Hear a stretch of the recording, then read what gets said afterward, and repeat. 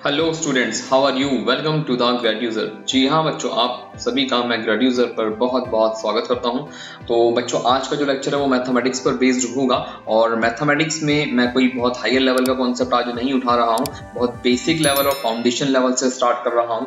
इस लेक्चर के जरिए आप जान पाएंगे what do you mean by factorization, factorization क्या होता है, इसके मेथड्स क्या होते हैं और इन मेथड्स के अकॉर्डिंग ठीक है किस तरह से उसके क्वेश्चंस को, न्यूमेरिकल क्वेश्चंस को सॉल्व किया जाता है। तो आइए without getting delay let's get started our this lecture. Factorization का मतलब होता है बच्चों कि एक पर्टिकुलर इक्वेशन या एक पॉलिनोमियल को स्प्लिट करना उसके मल्टीपल्स के अंदर, ठीक है। यानी कि फॉर एग्जांपल अगर मैं आपसे यहाँ एक बात बोलता हूँ कि 9xy इसके फैक्टर क्या हैं, तो मैं यहाँ कह सकता हूँ जो भी इसके मल्टीपल्स हैं सारे इसके फैक्टराइजेशन होंगे, ठीक है।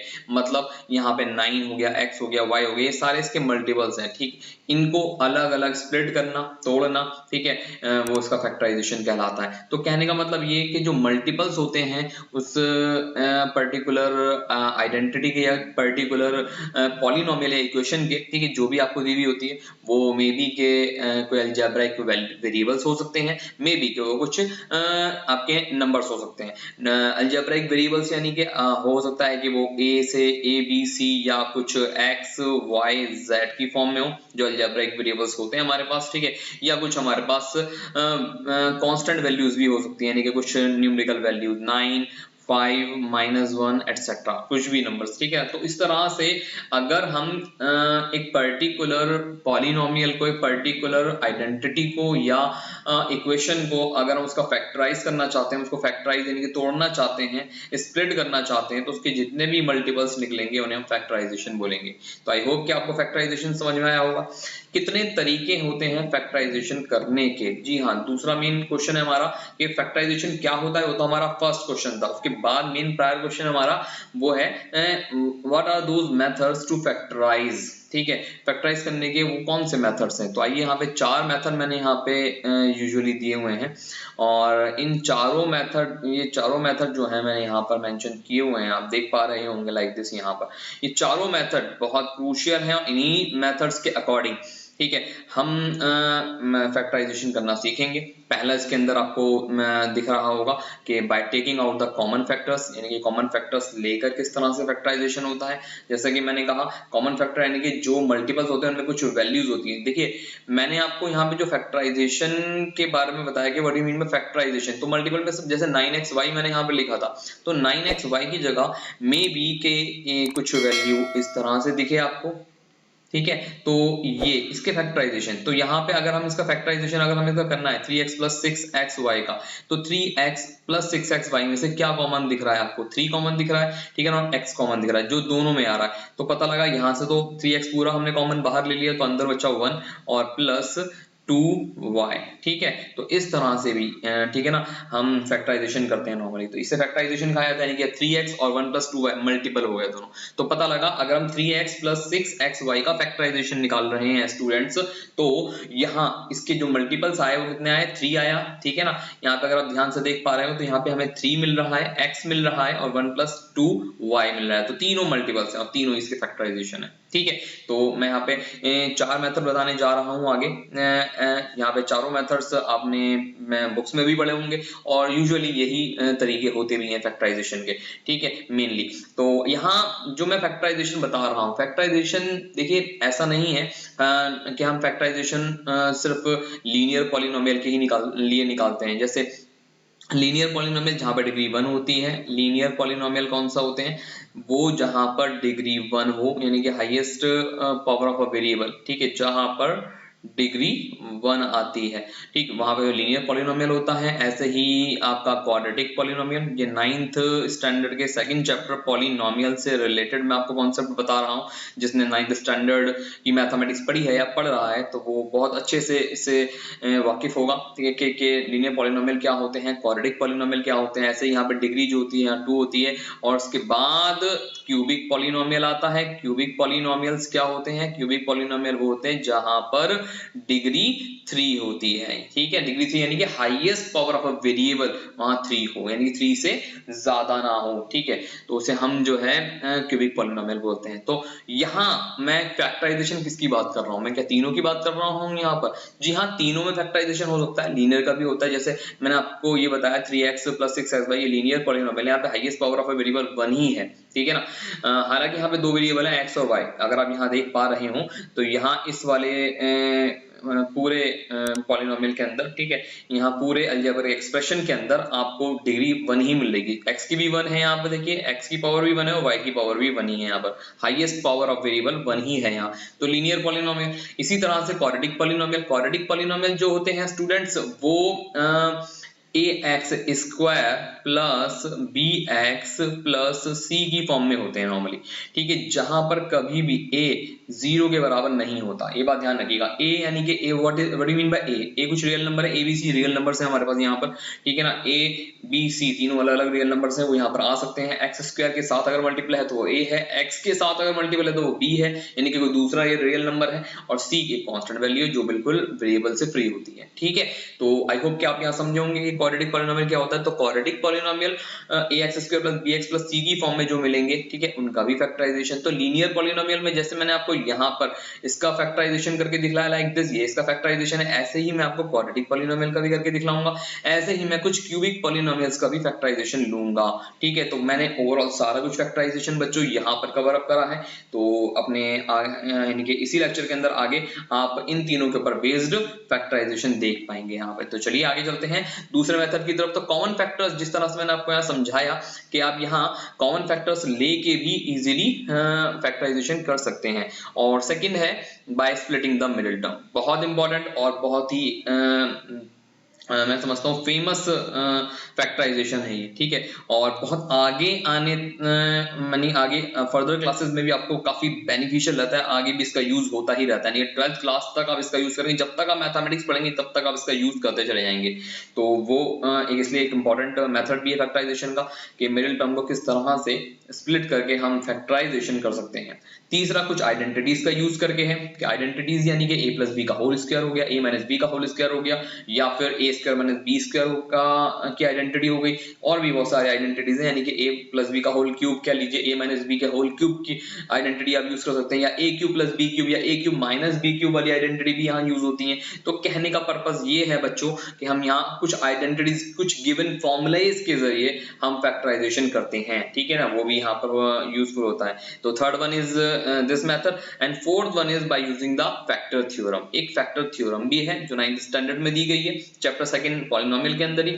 उस थ्योरम का यूज करके, अप्लाई करके भी आप फैक्टराइजेशन कर सकते हैं। कैसे, आगे देखेंगे। तो चलते हैं आगे और देखते हैं अपना पहला मेथड, ठीक है ना।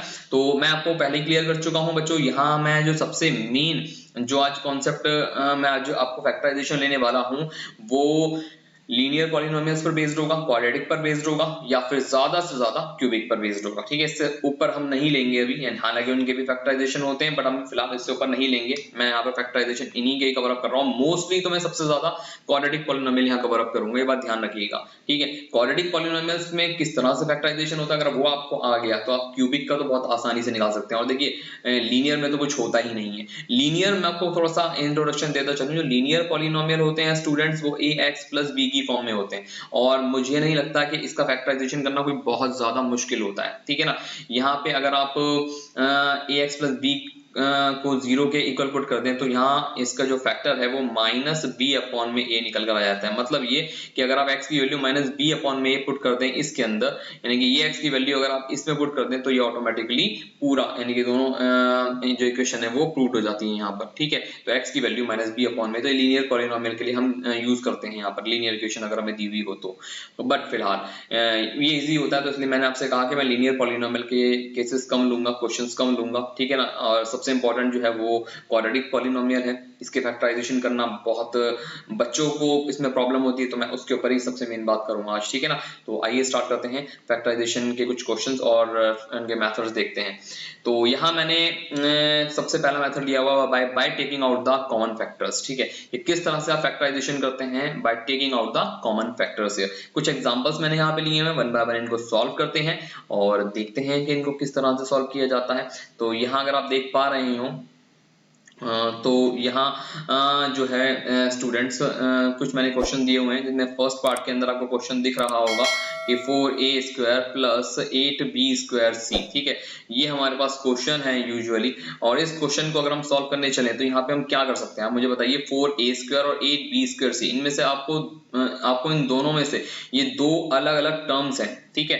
देखिए यहाँ पे ये एक अलग टर्म है और ये एक अलग टर्म है। टर्म्स आप अच्छे से जानते होंगे क्या होती हैं, ठीक है। मैं यहाँ पर कॉन्सेप्ट पॉलिनोमियल का क्लियर नहीं कर रहा हूँ बच्चों, मैं आपको ये बताता चलूं। मैं यहाँ पे सिर्फ फैक्टराइजेशन वाला कॉन्सेप्ट क्लियर कर रहा हूँ, इसलिए मैं इन बेसिक कॉन्सेप्ट की तरफ नहीं जाऊंगा, ठीक है। अगर मैं वहां जाऊंगा तो फिर बहुत डिले हो जाएगा, लेक्चर भी लंबा हो जाएगा।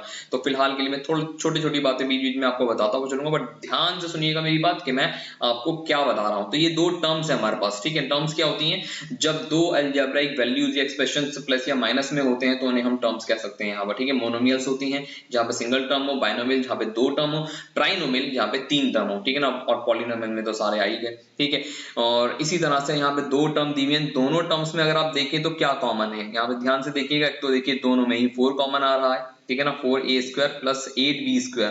तो अगर मैं इसको थोड़ा सा और खोल दूं, जैसे 4 मल्टीप्लाई a को मैं a मल्टीप्लाई a लिख सकता हूं, ओके। और 8b²c को अगर मैं खोलूं तो क्या मैं 4 की टर्म्स में खोलूं, हालांकि 4 के भी फैक्टर हो सकते हैं यहाँ पर 2 मल्टीप्लाई 2, बट मैं वो नहीं तोड़ रहा हूं क्योंकि मुझे इन दोनों में से 4 कॉमन दिख रहा है तो मैं 4 ही अलग ले रहा हूं। मैंने यहाँ पर 8 को तोड़ा, यानी कि 8 को स्प्लिट करा, 4 मल्टीप्लाई 2, और b² की जगह मैंने b मल्टीप्लाई c, ठीक है। अब आप अंदाजा लगाइए यहाँ पे क्या आपको दिख रहा है। एक तो देखिए 4 कॉमन है तो मैंने यहाँ से 4 कॉमन ले लिया, अंदर क्या बच गया, a पूरा अंदर, a का स्क्वायर यानी कि a मल्टीप्लाई a² वैसे एज इट इज बच गया अंदर, और यहाँ क्या बच गया 2b²c, ठीक है। तो यहाँ आ गई वैल्यू 2b²c, ठीक है। तो इस तरह से आपके पास इसके फैक्टर जो आ गए वो क्या आ गए, 4 ब्रैकेट में a² प्लस 2b²c। तो ये इसके फैक्टराइजेशन हो गया। तो आई होप कि आपको ये बात समझ में आई होगी कि किस तरह से इसके फैक्टर किए जा सकते हैं यहाँ पर, ठीक है ना। तो ये इसका फैक्टर एज इट इज निकल के आ गया, यानी कि इसका जो फैक्टर होगा वो ये होगा, ठीक। और इसी तरह से हम दूसरा एक क्वेश्चन और लेते हैं, उससे भी आपको क्लियर होगा कि हम कैसे इन क्वेश्चंस को bye taking out the common factor solve कर सकते हैं। सेकंड पॉइंट लेते हैं, आइए देखते हैं। सेकंड पॉइंट अगर आप देखेंगे तो दिया हुआ है 5ab माइनस 15a³ b³, ठीक है ना, a³ और b³। तो यहाँ इस क्वेश्चन को कैसे सॉल्व किया जाएगा, लेट्स हैव अ लुक। यहाँ अगर आप देख पा रहे हो तो मैं इसको थोड़ा सा तोड़ लेता हूँ, 5 multiply a multiply b minus, और मैंने इसको 15 को 5 मल्टीप्लाई 3 में स्प्लिट कर लिया, और मल्टीप्लाई a मल्टीप्लाई a³ है। देखिए a³ का मतलब होता है बच्चों कि a को हम 3 बार मल्टीप्लाई करके लिख सकते हैं लाइक दिस, और b³ भी है तो b को भी मैं 3 टाइम्स मल्टीप्लाई करके यहाँ लिख रहा हूँ। Is this very clear. अब अंदाजा लगाएं यहाँ पर कि आपको यहाँ पर क्या कॉमन दिख रहा है। देखिए यहाँ पे भी 5 है और यहाँ भी 5 है, यहाँ भी a है, यहाँ भी a है, यहाँ भी b है और यहाँ भी b है। तो जो आपको इन दोनों में कॉमन दिख रहा है उसे आप बाहर ले आइए और इसको सॉल्व कीजिए। यानी कि अगर आपने 5ab दोनों में कॉमन था आपने ले लिया, देखिए अब यहाँ से क्या बचा, इसमें से देखिएगा पूरे में से 5ab आपने बाहर ले लिया तो बचा तो अंदर कुछ नहीं, 1, यानी कि ठीक है ना, 5ab बन जा 5ab माइनस यहाँ से आपने 5ab यानी कि जिसके नीचे मैंने रेड कलर से यहाँ पर लिया हुआ है, जिसपे मैं टिक कर रहा हूँ लाइक दिस, ये रहा, ठीक है, 5a और b, ठीक, इनको आपने बाहर कॉमन ले लिया है तो क्या बचा अंदर 3, और a multiply a means a² और b multiply b means b²। तो आपके पास फैक्टराइजेशन क्या आ गया students, 5ab 1 minus 3a² b²। तो आई होप कि आपको ये समझ में आया होगा, और ये इसके फैक्टराइजेशन है, यानी कि ये इसके फैक्टर है। तो कुल मिला के आपने यहाँ देखा होगा कि फैक्टर में हमने कुछ नहीं किया है, सिर्फ कॉमन ले लिया और ऑटोमेटिकली वैल्यूज जो मल्टीप्लाइज में हमें मिल गई है, ठीक है ना, मल्टीपल्स में मिल गई है, सॉरी। तो मल्टीपल्स में यानी कि इस तरह से इनके फैक्टराइजेशन करते हैं। तो आई होप कि आपको ये दोनों क्वेश्चन समझ में आए होंगे, और इसी तरह पे बेस्ड हम अब और आगे नेक्स्ट क्वेश्चन भी करते हैं। आइए देखते हैं जरा।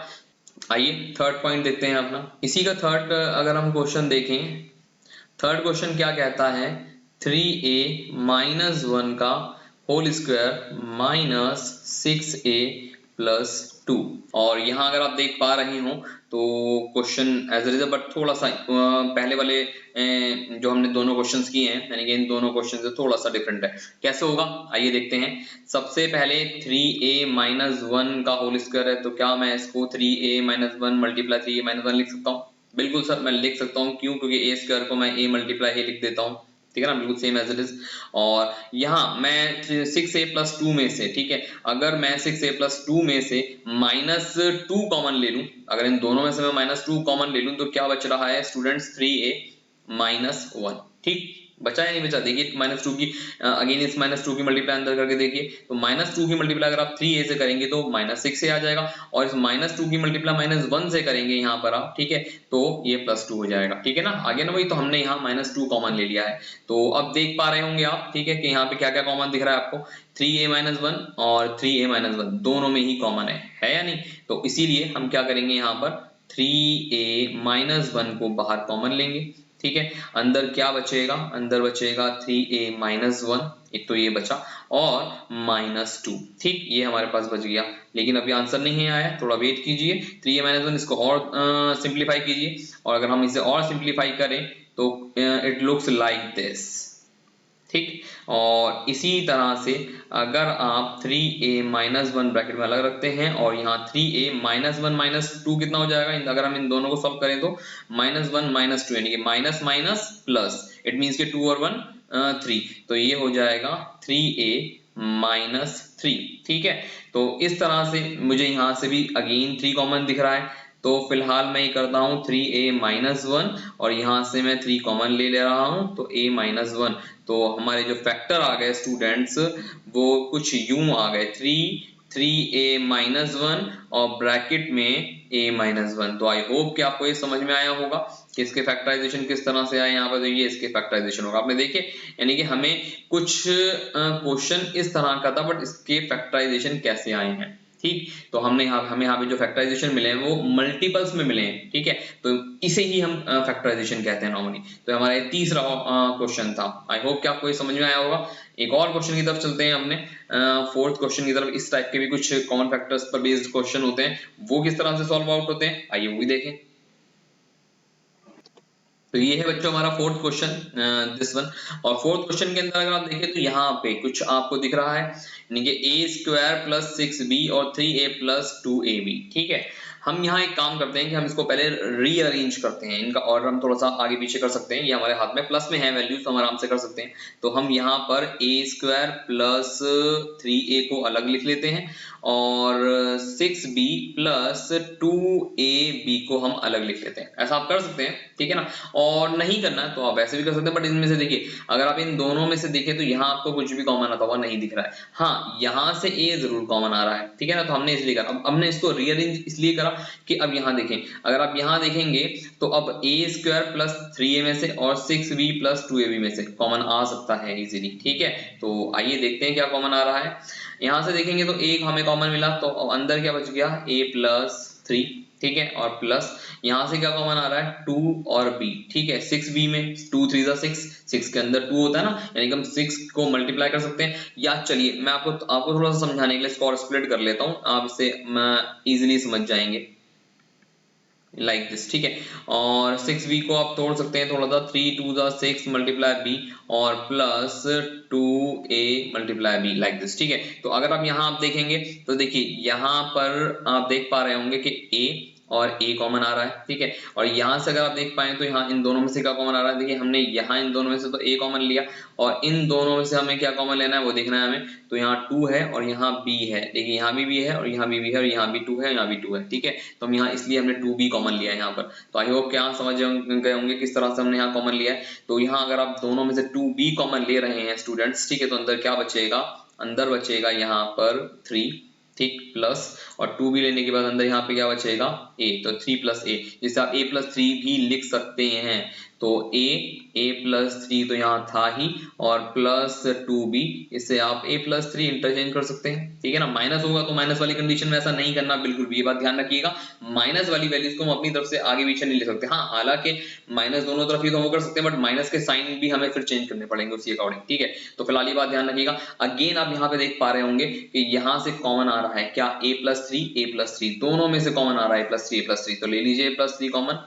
a प्लस 3 आपने कॉमन ले लिया, अंदर क्या बच गया a प्लस 2b, ठीक है ना, आप समझे। तो देख रहे हैं आप, यानी कि हमें पूरी वैल्यू के अगेंस्ट क्या मिला, हमें दो वैल्यूज मिल गई मल्टीप्लाई में, ठीक है, दो अलजेब्राइक वैल्यूज मिल गई हमें मल्टीप्लिकेशन में, इसे ही कहा जाता है मल्टीपल। तो आई होप कि आप समझे होंगे कि किस तरह से इसका फैक्टर यहाँ कुछ मल्टीपल्स के फॉर्म में हमें मिला है, ठीक है ना। तो इसी तरह से पर बेस्ड हम अगला और नेक्स्ट क्वेश्चन भी देखते हैं अपना, जो कि है 5th पार्ट, ठीक है ना। आइए देखें। तो ये रहा हमारा 5th पार्ट बच्चों, और इस 5th पार्ट के अंदर अगर आप देख पा रहे हो तो यहाँ पे हमें कुछ वैल्यूज दी हुई है इस तरह से अलग अलग, ठीक है। अब यहाँ बताइए, अब इस क्वेश्चन को आप कैसे सॉल्व करेंगे, यानी कि यहाँ इसके फैक्टराइजेशन किस तरह से करेंगे। क्या आपको पहली दो वैल्यूज में से कुछ कॉमन आता हुआ दिख रहा है यहाँ से, इन दोनों में बताइए, इन दोनों में से और इन दोनों में से कुछ कॉमन आता हुआ दिख रहा है, नहीं। तो हमें सबसे पहले इसको रीअरेंज तो करना ही होगा। कैसे, मैं ax के साथ bx को रख देता हूं, ठीक है, और माइनस by और माइनस ay को रख देता हूं, ठीक है। मैंने by और ay को अलग रख दिया ताकि मैं यहां से y ले सकूं, और ax प्लस bx को रख दिया ताकि मैं यहां से x कॉमन ले सकूं। आइए देखें जरा, यहां से अगर आप ax प्लस bx में से, ठीक है, x कॉमन ले लेते हैं तो अंदर क्या बचेगा स्टूडेंट्स, a प्लस b, ठीक। और यहाँ अगर आप माइनस बी वाई माइनस ए वाई में से अगर माइनस वाई कॉमन ले लेते हैं तो अंदर क्या बचेगा, बी प्लस ए, ठीक है। और इसी तरह से आप इसको थोड़ा सा यहाँ पे देख पा रहे होंगे कि a प्लस बी और a प्लस बी, हाँ वो b प्लस ए है, doesn't matter, a plus B b plus A, बात एक ही है। आप इसको चाहे तो रीअरेंज कर लीजिए, a प्लस बी इंटरचेंज कर लीजिए, या फिर आप ऐसे ही a प्लस बी कॉमन ले लीजिए। फिलहाल मैं यहाँ पर a प्लस बी डायरेक्टली यहाँ कॉमन ले रहा हूँ, जो कि हम ले भी सकते हैं। a प्लस बी दोनों में से आपने कॉमन ले लिया, यानी कि यहाँ भी a प्लस बी था और यहाँ भी a प्लस बी था, आपने दोनों में से कॉमन लिया, ठीक है। अंदर क्या बच गया स्टूडेंट्स, x माइनस वाई, ठीक है। तो आई होप कि आपको ये समझ में आया होगा कि किस तरह से यहाँ इसके फैक्टराइजेशन किए गए हैं, ठीक है। तो आप देख पा रहे होंगे कि यहाँ पे हमारे पास क्वेश्चन भी जिस तरह से था और हमने इसके फैक्टर यहाँ किस तरह से किए हैं, ठीक है। इसे कहते हैं bye taking out the common factors, ठीक है। तो ये रहा हमारा 6th पार्ट बच्चों। 6th पार्ट में यानी कि 6th क्वेश्चन के अंदर अगर आप देख पाए तो एक्स स्क्वायर प्लस वाई है minus x y minus x दिया हुआ है, ठीक है। अब मुझे बताएं आप, क्या हमें पहली दो वैल्यूज में से कुछ कॉमन आता हुआ दिख रहा है, या हमें इन दोनों वैल्यूज में से कुछ कॉमन आता हुआ दिख रहा है। हाँ, एक्स स्क्वायर प्लस वाई में से तो कुछ कॉमन नहीं आ पाएगा, बट माइनस एक्स वाई और माइनस एक्स में से कॉमन आ जाएगा। तो हम पहले क्या करेंगे, इसको रीअरेंज करेंगे। बताइए, एक्स स्क्वायर के साथ किसको लगाना चाहेंगे, एक्स को रखना चाहेंगे एक्स वाई को, वैसे तो मर्जी है, किसी को भी रख सकते हैं। मैं फिलहाल यहाँ पे एक काम कर रहा हूँ, x को रख रहा हूँ। तो एक्स स्क्वायर माइनस एक्स अलग रख लीजिए आप, और plus y minus x y को आप अलग रख लीजिए, ठीक है। तो आई होप कि आप समझ गए होंगे किस तरह से हमने इसको अरेंज करना है, ठीक है। और एक्स स्क्वायर माइनस एक्स में से अगर आप x कॉमन ले लेंगे इन दोनों में से तो क्या बचेगा, x माइनस वन, ठीक है। और यहाँ इन दोनों में से अगर आप कॉमन लेंगे तो प्लस वाई में कॉमन ले रहा हूँ, तो यहाँ क्या बचा, 1 माइनस एक्स। तो आप यहाँ देख पा रहे होंगे, अब यहाँ कुछ सिचुएशन थोड़ी सी डिफरेंट आ रही है। यहाँ x माइनस वन है, 1 माइनस एक्स है। देखिए माइनस का खेल है, बहुत सोच के चलिए, क्योंकि माइनस जरा सी देर में आपसे बहुत बड़ी मिस्टेक करवा देगा, ठीक है। तो माइनस आते ही थोड़ा सा अलर्ट हो जाया कीजिए और देख लीजिए कि किस तरह से यहाँ इसको हम पहले माइनस को सॉर्ट आउट करेंगे। अब हमें यह देखना है कि यहाँ x माइनस वन और यहाँ भी हमें x माइनस वन लाना है, और कैसे लाएंगे आइए देखते हैं। तो x माइनस वन तो एज इट इज यहाँ वैसे रहेगा, मैं 1 माइनस एक्स में से माइनस कॉमन ले रहा हूँ, है ना। अगर मैं 1 माइनस एक्स में से माइनस कॉमन ले लूंगा, यानी कि इन दोनों में से अगर मैं माइनस बाहर ले लूंगा स्टूडेंट्स, तो मेरे पास अंदर क्या बचेगा बच्चों, मेरे पास अंदर बचेगा x माइनस वाई, यानी कि वैल्यू इंटरचेंज हो गई। अब दोबारा से इसी माइनस की मल्टीप्लाई आप अंदर करके देख लीजिए। अगर इस माइनस की मल्टीप्लाई अंदर आप करेंगे तो अगेन आपको वैल्यू क्या मिल जाएगी, यहाँ तो प्लस वाई हो जाएगा, ठीक है ना। और यहाँ पर x यानी कि जो x था हमारा वो माइनस का हो जाएगा और ये 1 माइनस का प्लस का हो जाएगा, सॉरी, ठीक है। तो इस तरह से हमने यहाँ माइनस कॉमन लेके हमने यहाँ पे कुछ कॉमन वैल्यूज को कॉमन कर लिया। तो x माइनस वन और x माइनस वन दोनों में ही कॉमन आ गया है, तो ले लीजिए इसको कॉमन। यहाँ x माइनस वन आपने दोनों में से कॉमन ले लिया और बच्चा आपके पास x माइनस वाई। तो आई होप कि आपको यहाँ समझ में आया होगा कि किस तरह से हमने इसके फैक्टराइजेशन किए। तो आप अगेन यहाँ देख पा रहे होंगे कि हमारे पास क्वेश्चन कुछ यूं था और हमने इसके फैक्टराइजेशन कुछ इस तरह से करे। तो आई होप बच्चों आपको ये 6 के 6 क्वेश्चन जो मैंने आपको यहाँ समझाए वो आपको बहुत अच्छे से समझ में आए होंगे by taking out common factors के, how to do the factorization by taking out the common factors, ठीक है। तो ये थे हमारे कुछ क्वेश्चंस, तो जिनको मैंने आपको कुछ एग्जांपल्स बतौर करवाया है, ठीक है। ये हमारा पहला मेथड था फैक्टराइजेशन का और अब हम अपने दूसरे मेथड की तरफ चल रहे हैं जो कि है bye splitting the middle term. बहुत इंपॉर्टेंट है, बहुत ध्यान से देखिएगा इसको, यानी कि मिडिल टर्म को स्प्लिट करके हम कैसे फैक्टराइजेशन करते हैं। तो ये रहा बच्चों हमारे पास कुछ क्वेश्चंस, ठीक है, जो मैंने अराउंड 9 क्वेश्चन यहाँ पे लिए हैं bye splitting the middle terms और 9 के 9 क्वेश्चन मैं आप लोगों को यहाँ सॉल्व करवाऊंगा। बहुत ध्यान से देखिएगा, बहुत इंपॉर्टेंट फैक्टराइजेशन है ये, ठीक है। और एक एक क्वेश्चन के अंदर मैं आपको समझाऊंगा कि how to split the middle term, ठीक है ना, टू फैक्टराइज इट कैसे, आइए देखते हैं जरा। पहला क्वेश्चन आप लोगों को यहाँ दिख रहा होगा स्टूडेंट्स में, यहाँ पे x square plus 5x plus 6, ठीक है। तो यहाँ पे जो ये x square plus 5x plus 6 है, यहाँ पे हमें मिडिल टर्म कौन सी है, ठीक है ना। यहाँ जिस तरह से इसका मेथड का नाम है bye splitting the middle term, split यानी कि टुकड़े करना, ठीक है ना, उसको अलग अलग करना, ठीक है, सेपरेट करना। और मिडिल टर्म को अलग अलग करना मतलब मिडिल टर्म यहाँ पे कौन सी है, देखिए यहाँ पे अगर हम पूरा यहाँ पे देखें तो हम जिस यहाँ पे जो ये पूरा पॉलिनोमियल आपको दिख रहा है स्टूडेंट, वो आपको ax square plus bx plus c की फॉर्म में मिलेंगे, ठीक है। यहाँ जितने भी पॉलिनोमियल, और ये पॉलिनोमियल कौन से हैं, ये पॉलिनोमियल हमारे पास क्वाड्रेटिक, ठीक है। तो मैंने आपसे कहा भी था कि मैं इंपॉर्टेंटली क्वाड्रेटिक पे ज्यादा फोकस करूंगा, क्योंकि क्वाड्रेटिक सॉल्व हो जाएगा ना एक बार तो फिर क्यूबिक में और लीनियर में तो देखिए कुछ था ही नहीं, ठीक है। लीनियर में तो ax प्लस b की फॉर्म होती है, वो बहुत ज्यादा सिंपल होती है, उसको स्प्लिट करने में कोई बड़ी परेशानी का सामना नहीं करना होता, जैसे कि मैं आपको पहले भी बता के आया हूं। बट क्वाड्रेटिक में थोड़ी सी कॉम्प्लिकेशंस होते हैं। क्वाड्रेटिक अगर समझ में अच्छे से आ गई फिर तो आप क्यूबिक में भी कुछ नहीं करेंगे। क्यूबिक हालांकि इससे थोड़ा सा कॉम्प्लिकेटेड है, थोड़ा सा, बट वो इसके सीखने के बाद ही आप क्लियर कर पाएंगे, ठीक है, उससे पहले नहीं कर पाएंगे। तो विदाउट गेटिंग डिले आइए इस क्वेश्चन को देखते हैं।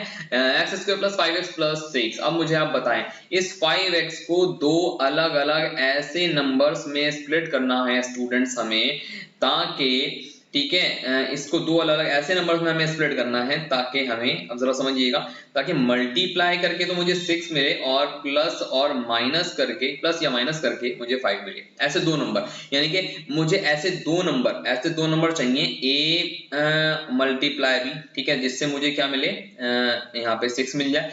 और ऐसे ही दो नंबर मुझे चाहिए जिनको माइनस, ठीक है, जिनको माइनस करके, ठीक है, या प्लस करके मुझे 5 मिले, ठीक है। तो मुझे ऐसे दो नंबर देखने हैं। तो पहली बात, मैं इसको करने के लिए सबसे पहले मैं मेन फोकस कहाँ रखूंगा, मेन फोकस रखूंगा मैं स्टूडेंट्स इस 6 पर, ठीक है, जो कांस्टेंट वैल्यू है c, यानी कि जो c वाली वैल्यू होती है।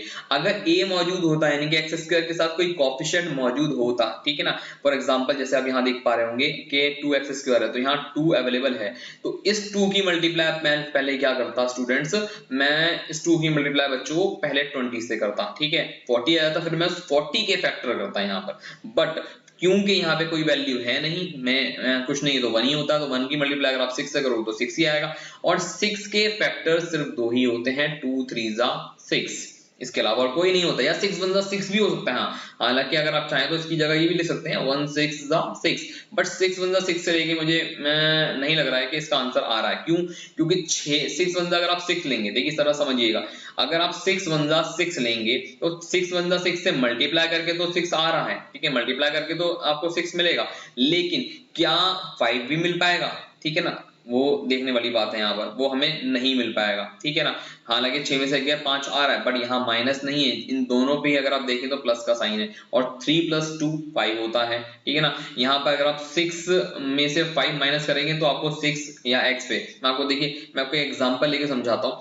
यहाँ फॉर एग्जांपल जैसे आपने कहा कि सर 6 और 1 ले लीजिए, 6 1 6, ठीक है ना, 6x और मैंने ले लिया 1x, ठीक है, 6 1 6 आ गया, बिल्कुल ठीक है। अब मुझे 6x, ठीक है, 6 में से 1 माइनस करना, तो मुझे ऑब्वियसली माइनस लगाना पड़ेगा, ठीक है, लगाना पड़ेगा ना। अब मैं यहाँ माइनस करूंगा, जरा समझिएगा इस चीज को। तो मुझे यहाँ पे इसके साथ साथ, देखिए इन दो चीजों के साथ साथ मुझे एक चीज और देखनी होती है, क्या क्या इन दोनों की मल्टी, यानी जो मैंने जिन दो नंबर्स को स्प्लिट किया, क्या इन दोनों की मल्टीप्लीकेशन इस वाले साइन के बराबर आ रही है।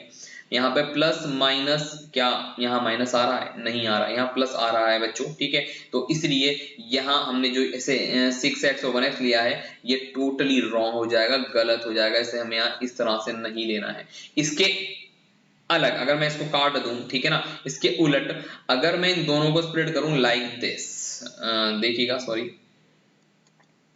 ठीक है, अगर मैं इसको इस तरह से लूं कि x square plus 3x plus 2x plus 6, देखिए मेरी मिडिल टर्म दो में स्प्लिट हो गई, यानी कि 5x मेरा और 5x 3x और 2x में टूट गया, ठीक है। मल्टीप्लाई करके मुझे 3 मल्टीप्लाई 2 करके मुझे 6 मिल रहा है, मल्टीप्लाई करके 6 आ रहा है, और प्लस करके यानी कि 3 प्लस 2 करके मुझे 5 मिल रहा है। जो मेरी दोनों प्री रिक्वायरमेंट्स थी ये, ठीक है ना, ये दोनों ही मेरी यहाँ पर फुलफिल हो रही हैं, तो इसलिए हमारे लिए ये वाला ऑप्शन ज्यादा बेटर। अब अगेन आप इससे अब इसके बाद का तो कॉन्सेप्ट आप पीछे बढ़ के आए, ठीक है ना, कॉमन फैक्टर्स लेने में, तो इन दोनों में से और इन दोनों में से कॉमन ले लीजिए। यहाँ से आपने x कॉमन लिया, अंदर बच गया x प्लस 3, और यहाँ से आपने 2 कॉमन लिया, अंदर बच गया स्टूडेंट्स x प्लस 3, ठीक है।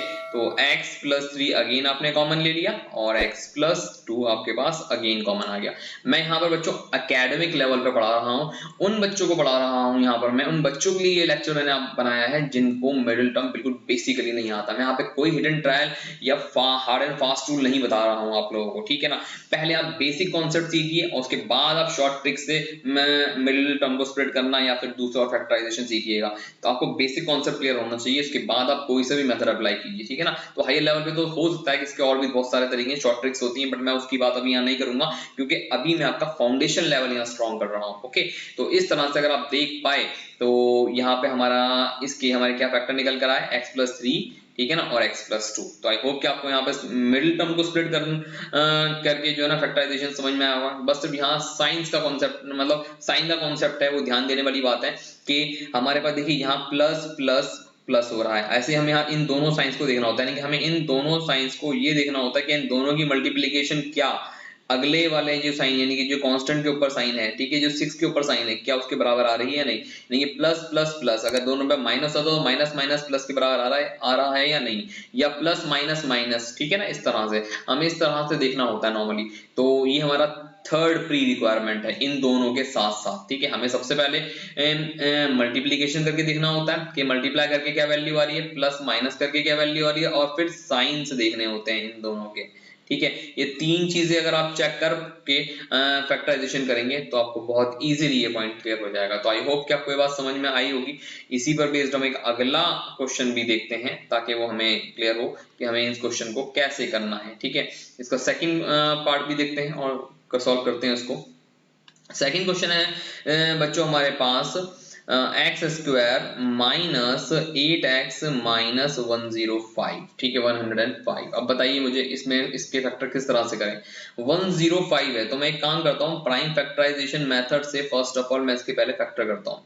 3 से करूँ, 3 3 9, 3 5 15, ठीक है, और 5 7 35, 7 1 7। मेरे पास 105 के यहाँ पर कुल मिला के 3 फैक्टर आ गए। अब देखिएगा जरा ध्यान से, मुझे इन तीन में से दो नंबर्स का ऐसा कॉम्बिनेशन निकालना है। इन तीन नंबर है हालांकि मेरे पास यहाँ, इन तीन में से मुझे दो नंबर्स का ऐसा कॉम्बिनेशन निकालना है जो मुझे मल्टीप्लाई करके तो 105 दे और प्लस माइनस करके मुझे 8 दे। अब बताएं मुझे कैसे देगा मुझे 8। अगर आप यहाँ देख पाए तो 5 3 15 पहला कॉम्बिनेशन ले लिया मैंने, और फिर 7, ठीक है ना। अगर मैं 15 7 लूं, 15 7 ठीक है। तो 15 7 जा तो हाँ बिल्कुल 105 होता है मल्टीप्लाई करके, सॉरी ठीक है, मल्टीप्लाई करके अगर हम देखें तो 105 होता है। लेकिन क्या 15 में से 7 माइनस करके 8 आ रहा है या प्लस करके? ठीक है ना, प्लस करके तो ज्यादा हो जाएगी वैल्यू, बट हाँ अगर मैं 15 में से 7 घटा दूं तो 8 आ रहा है, बिल्कुल आ रहा है, ठीक है ना। तो यहाँ भी देखने वाली बात है कि दोनों पे हमें साइन कौन से लेने हैं, ठीक है ना। तो हमारे पास दोनों चीजें इससे सॉल्व हो रही हैं, तो आइए देखें जरा इसको सॉल्व करें। तो अगर आप यहाँ देख पा रहे हो तो ए, यहाँ इसको मैं स्प्लिट कर रहा हूँ, एक्स स्क्वायर माइनस 15x, पहले मैं दोनों पे माइनस लगाऊंगा, बाद में चेक करूंगा कि किस पे प्लस आना है, ठीक है। पहले जिन दोनों वैल्यूज को मैं स्प्लिट कर रहा हूँ, देखिए 105 तो अलग है अपनी जगह पे, मैंने दो नंबर बीच में लेने हैं, तो 15x और 7x, ठीक है, और माइनस, ठीक। अब जरा अंदाजा लगाइए, अब जरा ध्यान से देखिए और सोच के बताइए कि इन दो नंबर्स में से किस पर माइनस और किस पर प्लस होना चाहिए। बहुत ध्यान से देखिएगा और फिर मुझे बताइएगा। यहाँ अगर आप देखें तो 15x जो है ये सबसे बड़ा है, ठीक है ना, और यहाँ पर 8x, ठीक है, 8x के ऊपर साइन कौन सा है, माइनस का, तो 15x और 7x में से कौन सी वैल्यू बड़ी है, 15x ऑब्वियसली, तो 15x पे तो माइनस रहेगा ही रहेगा, ठीक है। तो अंडरस्टूड है कि 7x पे फिर मुझे प्लस करना होगा, ठीक है, 7x पे प्लस किया। अब जरा साइन चेक कीजिए, देखिए दो प्री रिक्वायरमेंट में पहले चेक कर चुका हूँ, ये मेरी प्रूव्ड हो चुकी है। अब तीसरी रिक्वायरमेंट है मेरी स्टूडेंट्स, वो है साइन, ठीक है, क्या साइन मेरे प्लस माइनस बराबर आ रहे हैं, आइए देखते हैं हम। एक्स स्क्वायर, ठीक है, माइनस प्लस माइनस, जी हाँ बिल्कुल बराबर आ रहे हैं। अगर मैं इस माइनस की मल्टीप्लाई इससे प्लस से करूं तो माइनस प्लस किसके बराबर आ रहा है, माइनस, बिल्कुल ठीक है, यानी कि ठीक है, इसको फिर मैं अब आगे लेके जा सकता हूं। तो एक्स स्क्वायर यानी कि अगर मैं x square minus 15x plus 7x minus 105, ये दो वैल्यूज में स्प्लिट हो गई मिडिल टर्म, ठीक है ना। तो इस तरह से हम स्प्लिट करते हैं। अब बाकी तो आप आगे का पोर्शन जानते ही हैं, दोनों में से कॉमन ले लीजिए, यहाँ x माइनस 15 बच जाएगा, यहाँ से आपने 7 कॉमन लिया तो x माइनस 15 यहाँ भी बच जाएगा। और इस तरह से स्टूडेंट्स आपके फैक्टर आ जाएंगे x प्लस 7 और x माइनस 15। तो आई होप कि आपको यहाँ ये फैक्टराइजेशन भी समझ में आया होगा, ठीक है ना, इजी है, बस इनकी प्रैक्टिस जरूरी है। हर एक क्वेश्चन को ध्यान से देखिए ताकि आप इजीली समझ सकें कि हमें किस तरह से इन क्वेश्चंस को करना है। तो आइए चलते हैं अपने थर्ड क्वेश्चन की तरफ। ये रहा स्टूडेंट हमारा थर्ड क्वेश्चन। तो बच्चों यहाँ थर्ड क्वेश्चन के अंदर अगर आप देखें तो ये बहुत ज्यादा आसान है, उससे भी ज्यादा। अब मुझे बताएं आप 10, अब हम 10 के हमारे पास क्या फैक्टर है, 5 2 10, सो ये दो ही नंबर है, 5 और 2 को अगर हम प्लस कर दें तो 5 और 2 7 भी होते हैं। तो क्या होंगे इसके फैक्टर, आइए देखते हैं यहाँ पर। तो x square minus 5x minus 2x और प्लस 10, ठीक, यहाँ मैंने लिया। अब जरा मुझे बताएं आप किस पर रहेगा साइन। यहाँ देखिए मैंने दोनों पे माइनस लगाया है, ठीक है ना, दोनों पे माइनस आप पहले रखा कीजिए, यानी कि इन दोनों जिन दो नंबर्स में आप स्प्लिट कर रहे हैं 7x को, ठीक है, हमेशा उन दोनों पे पहले माइनस रखिए आप, ताकि बाद में आप डिसाइड कर सकें। क्योंकि आपको प्लस के लिए तो क्या करना होगा, प्लस के लिए आपको नॉर्मली सिर्फ प्लस माइनस, यहाँ पे सिर्फ प्लस ही तो करना होगा, यहाँ पे प्लस कर दीजिए नॉर्मली बस, ठीक है ना। तो आप इस तरह से इसको कर सकते हैं। बट फिलहाल यहाँ पे आपने दोनों पे माइनस क्या सही है या गलत, पहले वो चेक कर लेते हैं, क्योंकि हमारा मल्टीप्लाई करके तो ये आ रहा है, प्लस करके भी हमें 7 मिल रहा है, प्लस माइनस करके, ठीक है। लेकिन क्या साइंस भी हमने चेक किए हैं, आइए साइन देखें।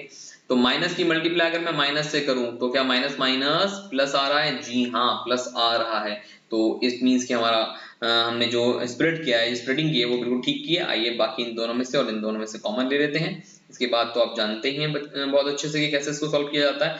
यहाँ से मैंने -2 कॉमन लिया है, तो ये x माइनस 5 बच जाएगा इधर।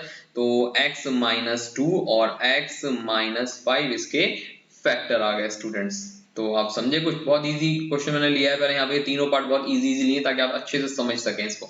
तो आई होप कि ये तीनों पार्ट आपको क्लियर होंगे। अब मैं थोड़ा सा इन्हीं bye splitting the middle term में थोड़ा सा अपर लेवल यानी कि थोड़ा सा हायर लेवल लेके जा रहा हूँ, यानी कि इसके थोड़ा सा मुश्किल क्वेश्चंस की तरफ चल रहा हूँ। तो चलते हैं अपने क्वेश्चन नंबर 4 की तरफ।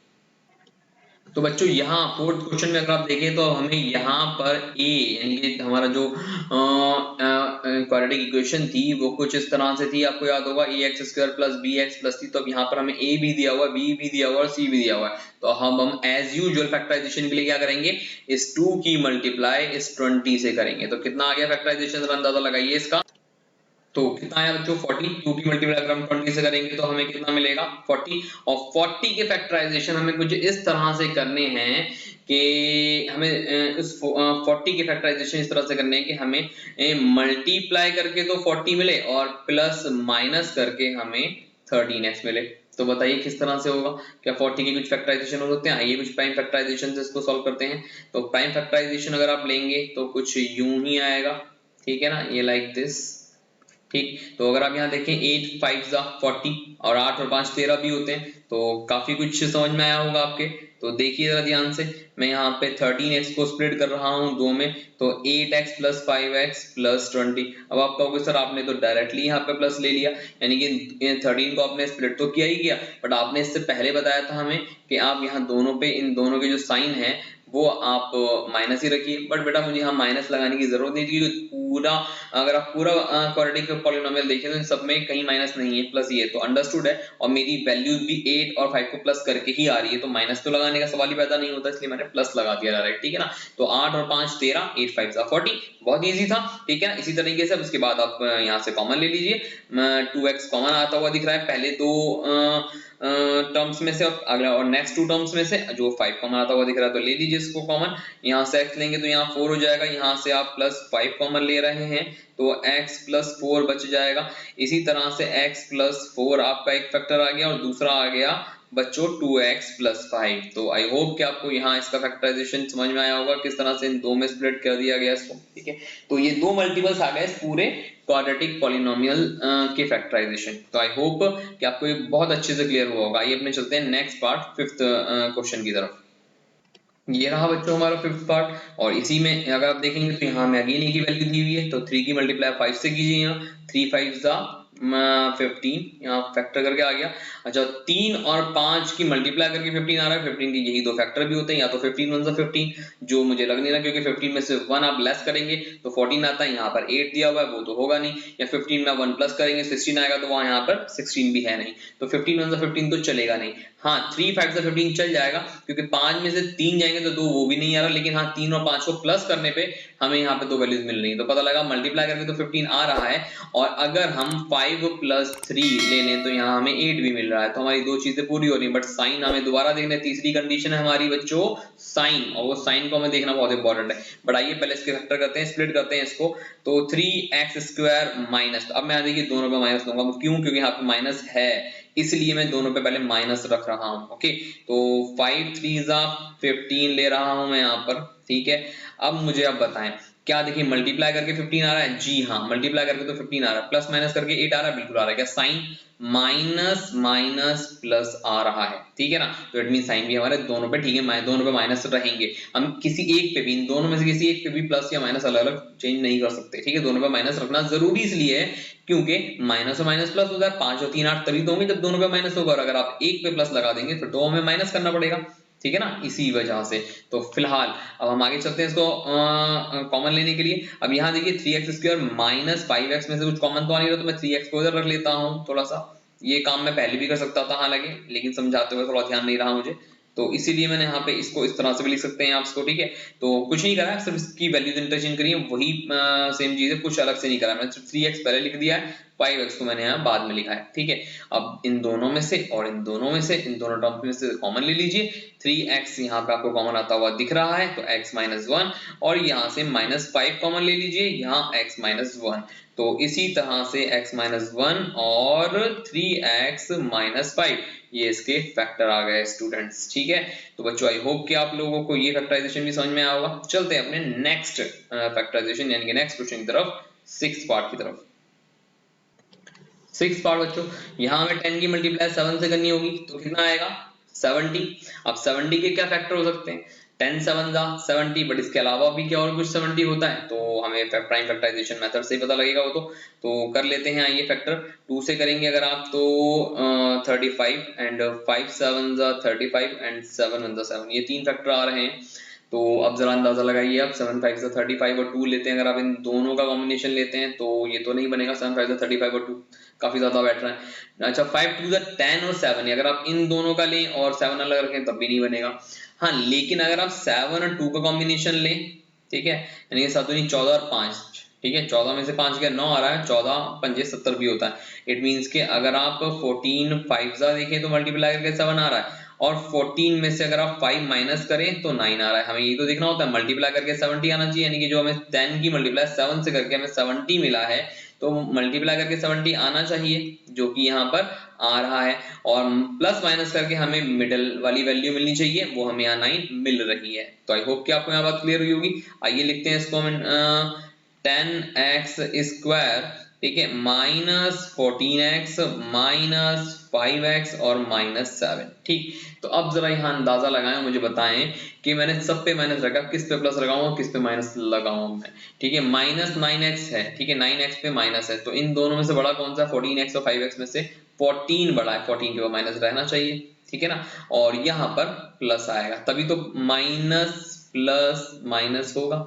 आप समझ पाए, तो इसीलिए हमें यहाँ पहले माइनस लेना होता है दोनों पे, ठीक है, ताकि हम प्लस में से प्लस कर दें। अदरवाइज आप क्या करेंगे, फिर आप उसको रब करते होंगे या फिर उसी पे ही हौच पौच कर देंगे, जो कि थोड़ा सा प्रेजेंटेशन में अच्छा नहीं लगता है, ठीक है। तो इसलिए कोशिश कीजिए पहले दोनों पे माइनस रखिए, उसके हिसाब से अकॉर्डिंगली साइन को चेंज कर लीजिए। तो हमारी तीनों कंडीशन यहाँ पर, ये दोनों कंडीशन और तीसरी कंडीशन साइन की फुलफिल हो गई है। अब बस आपको कुछ नहीं करना है, कॉमन ले लीजिए, पहले दो में से और अगले दो में से कॉमन ले लीजिए। तो अगर आप यहाँ देख पाए तो 2x कॉमन आता हुआ दिख रहा है, अंदर बच जाएगा 5x, ठीक है, और माइनस 7, ठीक। और यहाँ पे अगर आप देखें तो प्लस 1 ही कॉमन आ रहा है, तो 5x माइनस 7 अलग हो गया। इट मीन्स के जो फैक्टर आ गए बच्चों 2x प्लस 1 और 5x माइनस 7, तो ये दो हमारे इसके फैक्टर हो गए। तो आई होप आप लोगों को समझ में आया होगा, ये एक अनदर पार्ट इसका जिसने हमने फैक्टराइजेशन किया। अब अगले अगले जो 3 क्वेश्चन है ये रूट्स पर बेस्ड हैं, आप देख पा रहे होंगे कि ये जो अगले 3 क्वेश्चन हैं ये रूट्स पर बेस्ड है, बहुत इंपॉर्टेंट है। आइए इन्हें भी सॉल्व करते हैं, देखते हैं कि अगर स्क्वायर रूट दिया हुआ हो तो फैक्टराइजेशन किस तरह से होता है, ठीक है ना। तो मैंने आपको यहाँ वैरायटी ऑफ क्वेश्चंस दी हैं ताकि आपके मेन क्वेश्चंस हो जाए। देखिए मैं आपकी प्रैक्टिस यहाँ नहीं करवा सकता, मैं आपको अलग अलग क्वेश्चंस को सॉल्व करने के तरीके ही दे रहा हूँ यहाँ पर, बट इसके क्वेश्चंस को सॉल्व करने के लिए और बहुत सारे क्वेश्चन घर पे ट्राई कीजिए, दूसरी बुक्स लीजिए, और काफी अच्छी अच्छी बुक्स हैं, ठीक है ना, मार्केट के अंदर। उन बुक्स को आप परचेज कीजिए। इसके ऊपर बेस्ड अगर आप एनसीईआरटी कर रहे हैं तो एनसीईआरटी के क्वेश्चन देखिए, बट एनसीईआरटी में क्वेश्चन जरा कम रहते हैं, तो मैं सजेस्ट करूंगा कुछ और दूसरी बुक्स, और स्पेशली अगर आप थोड़ा सा हायर लेवल पे पढ़ना और आगे मैथमेटिक्स में काफी इंटरेस्ट रखते हैं और मैथमेटिक्स को काफी डीप लेवल पे पढ़ना चाहते हैं, तो इनिशियली बिल्कुल स्टार्टिंग से ही 9th स्टैंडर्ड से ही आर डी शर्मा से नीचे कुछ मत पढ़िए, ठीक है ना। तो आर डी शर्मा पढ़िए, बेहतर है आपके लिए, काफी एडवांस लेवल की नॉलेज दी हुई होती है वहां पर, ठीक है। तो उसके साथ आप इसके क्वेश्चंस को ट्राई करेंगे तो बहुत मल्टीपल क्वेश्चंस आपको वहां मिल जाएंगे, और क्वेश्चंस को ट्राई कीजिए इसी तरह से जो मैंने आपको समझाया, उसके दूसरे क्वेश्चंस को ट्राई कीजिए। आई होप कि डेफिनेटली आप कर पाएंगे, ठीक है। तो चलते हैं अपने 7th क्वेश्चन की तरफ। तो बच्चों ये रहा हमारा 7th पार्ट, और यहाँ पे स्क्वायर रूट दिया हुआ है, और हम जैसे कि देख पा रहे हैं यहाँ कांस्टेंट वैल्यू हमारे पास सिर्फ 24 है, और ए हमारे पास मौजूद नहीं है, ए हमारे पास यहाँ 1 ही दिया हुआ है, ठीक है ना। तो फिलहाल तो हमें 24 के फैक्टराइजेशन करने हैं, और 24 के मैं किस तरह से फैक्टर करूं, ठीक है। तो 24 के पहले तो मैं फैक्टर देख लेता हूं, 2 1 2 2 2 4, और 2 6 12, 2 3 6, और 3 1 3। तो अगर आप यहाँ देख पाए तो यहाँ पे हमें जो फैक्टर मिले हैं 24 के, वो हैं 2 मल्टीप्लाई 2 मल्टीप्लाई 2 मल्टीप्लाई 3। अब मुझे आप बताएं 2 रूट 3 लाना है इनसे, ठीक है ना। तो मैं 24 को किस तरह से स्प्लिट करूं यहाँ, ताकि मुझे जो है ना 2 रूट 3 मिल जाए, ठीक है। पहली बात तो रूट है यहाँ, तो इस 3 को पहले मुझे कन्वर्ट करना होगा रूट में। अच्छा मैं रूट की थोड़ी सी स्पेसिफिकेशन बता दूं, इसके ऊपर मैं डेफिनेटली कुछ रेडिकल्स और सर्ड्स के ऊपर, स्क्वायर रूट्स के ऊपर मैं आपको डेफिनेटली जल्द ही अपनी एक वीडियो दूंगा, ठीक है ना, जो बेसिक कॉन्सेप्ट क्लियर करेगी। फिलहाल तो यहाँ पे ये समझ लीजिए कि हम रूट 3 की मल्टीप्लाई अगर हम रूट 3 से करते हैं तो हमें 3 मिल जाता है यहाँ पर, ठीक है। ये कुछ सर्ट्स के रूल हैं, उसके अकॉर्डिंग मैं आपको बता रहा हूँ। ये भी आपका 9th स्टैंडर्ड के 2nd चैप्टर पॉलिनोमियल के अंदर दिया हुआ है, बेसिक कॉन्सेप्ट है उसका ये। तो मैं तो यहाँ पे यही मान के चल रहा हूँ कि आपको ये वाला पॉइंट क्लियर होगा, क्योंकि देखिए अगर मैं इसके अंदर इन सारे बेसिक कॉन्सेप्ट को भी कवर करूंगा तो वीडियो वॉचेगी कहीं 3-4 घंटे की, ठीक है, जो कि पॉसिबल नहीं है।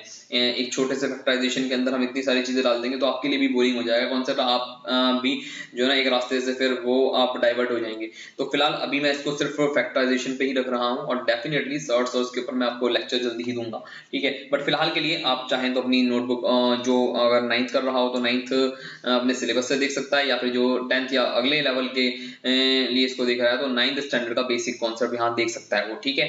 तो फिलहाल √3 की मल्टीप्लाई √3 से करेंगे तो 3, तो मैं यहाँ पर इस 3 को मैं थोड़ा सा कन्वर्ट कर रहा हूँ, ठीक है, मैं √3 मल्टीप्लाई √3 लिख रहा हूँ, ठीक है ना, वही 3 आ जाएगा इन दोनों की, अगर आप मल्टीप्लाई करेंगे तो 3 ही आ जाएगा ऑब्वियसली, ठीक है। अब मैं इन दोनों में किस तरह से लगाऊं कि मुझे 2√3 मिल जाए। अब मुझे इन सभी में से कॉम्बिनेशन बनाने हैं, ठीक है, इन दो में से मुझे इस तरह के दो कॉम्बिनेशन बनाने हैं, ठीक है, ताकि मुझे इन दोनों नंबर्स के कॉम्बिनेशन से 2√3 मिल जाए, ठीक है। आइए देखें वो दो नंबर क्या होंगे, ये दो नंबर यहाँ पे क्या होंगे वो मुझे लेने हैं। तो मैं एक काम कर रहा हूँ, यहाँ पे देखिए 2⁴ दिख रहा है, 2√3, मैं एक काम कर रहा हूँ, मैं यहाँ 2√3 को अलग ले रहा हूँ, ये 2√3 को, और यहाँ पे जो 2 मल्टीप्लाई 2 है और एक ये √3 यहाँ अलग है, मैं इसको अलग ले रहा हूँ। मतलब मैंने यहाँ पे लिया 2⁴√3 और 2√3 मैंने ये वाला एज इट इज अलग रख लिया, ठीक है। अब जरा देखिए मल्टीप्लाई करके और प्लस माइनस करके क्या हमारी कंडीशन सॉल्व हो रही है, क्या मल्टीप्लाई करके तो 4√3 की मल्टीप्लाई में अगर 2√3 से करता हूं तो क्या मुझे 24 मिल रहा है। आइए देखें 4 2 8 और √3 इस √3 मल्टीप्लाई करेंगे तो 3 आ जाएगा, तो 8 3 24। जी हाँ, मुझे 24 तो मिल रहा है मल्टीप्लाई करके, तो मल्टीप्लिकेशन में तो हम सक्सेस हमें मिल गई। लेकिन क्या प्लस माइनस करके 2√3 आ रहा है, देखें 4√3 में से अगर मैं 2√3 माइनस करूं तो 2√3 भी आ रहा है, बिल्कुल मुझे प्लस माइनस करके भी वैल्यू मिल रही है, वो भी साइन वाला पार्ट जो हम वो आगे देख लेंगे। तो आइए इसको हम इसके फैक्टर लिखते हैं यहाँ पर। अगर आप देखें यहाँ पर तो x² प्लस 4√3x, ठीक है, और minus 2√3x minus x minus 24, ठीक है। अब आप यहाँ देख पा रहे होंगे कि मैंने यहाँ पे 4√3 और 2√3 को लिख लिया, पहले यहाँ प्लस लगा दिया है, ठीक है। प्लस मैंने यहाँ क्यों लगा दिया, क्योंकि 2√3 अंडरस्टूड है, इस पे प्लस है, तो यहाँ इन दोनों में से जो वैल्यू बड़ी होगी 4√3 या 2√3 में से जो वैल्यू बड़ी होगी, जो ऑब्वियसली मुझे दिख रहा है कि 4√3 ही होगी, उसमें मुझे प्लस का साइन यूज करना है। और बाकी रही मल्टीप्लिकेशन की बात साइन की, वो देख लेते हैं। प्लस की मल्टीप्लाई अगर आप माइनस से करोगे तो प्लस माइनस माइनस आ रहा है, बिल्कुल ठीक है। तो अब यहाँ से कॉमन ले लीजिए फटाफट फास्ट, इन दोनों में से और इन दोनों में से क्या कॉमन आएगा, आइए देखते हैं। x कॉमन ले रहा हूं मैं, x प्लस 4√3 आपको कॉमन आता हुआ दिख रहा होगा यहाँ से, ठीक है। यहाँ से मैं माइनस का 2√3 कॉमन ले रहा हूं, तो अंदर क्या बच जाएगा, x प्लस 4√3, देख लीजिए मल्टीप्लाई करके यही वैल्यू आ जाएगी, ठीक है ना। और बाकी तो फिर मेरे पास इजीली वैल्यू आ गई, यानी कि x माइनस 2√3, ठीक है, ये और ये x माइनस 2√3, और यहाँ पे जो x प्लस 4√3 था वो कॉमन आ गया बाहर एज इट इज, ठीक है। तो आई होप बच्चों कि आपको ये फैक्टराइजेशन भी यहाँ पे कुछ थोड़ा सा एक टिपिकल पॉइंट था, वो था स्क्वायर रूट का, तो वो मैंने आपको यहाँ पर सॉल्व करवाया है जिस तरह से मैंने आपको यहाँ दिया है। थोड़ी सी इससे आप कोशिश कीजिएगा, जो कॉन्सेप्ट मैंने आपको यहाँ ये समझाया है इसको बहुत ध्यान से देखिएगा, ठीक है ना। तो इसको बाकी रिवाइंड कीजिए और एक बार दोबारा से अगर आप देखना चाहें तो रिवाइंड करके देख सकते हैं और समझ सकते हैं, ठीक है। तो काफी इजीएस्ट कॉन्सेप्ट मैंने यहाँ पे आपको लिया है समझाने के लिए। तो आई होप कि आपको ये bye splitting the middle term में किस तरह से अगर रूट वाले हमें कुछ क्वेश्चन मिल जाते हैं, स्क्वायर रूट्स पर बेस हमें कुछ क्वेश्चन मिल जाते हैं तो कैसे सॉल्व करते हैं वो मैंने आपको यहाँ क्लियर किया है। चलते हैं अपने 8th क्वेश्चन की तरफ, वो भी देखते हैं, वो भी इसी पर बेस्ड है, थोड़ा सा डिफरेंट है बट इसी पर बेस्ड है। आइए देखते हैं इसको। तो ये रहा बच्चों हमारा 8th पार्ट, और यहाँ पे आप देख पा रहे होंगे कि हमें यहाँ a दिया हुआ है 5√5 और यहाँ c तो हमें दिया हुआ है।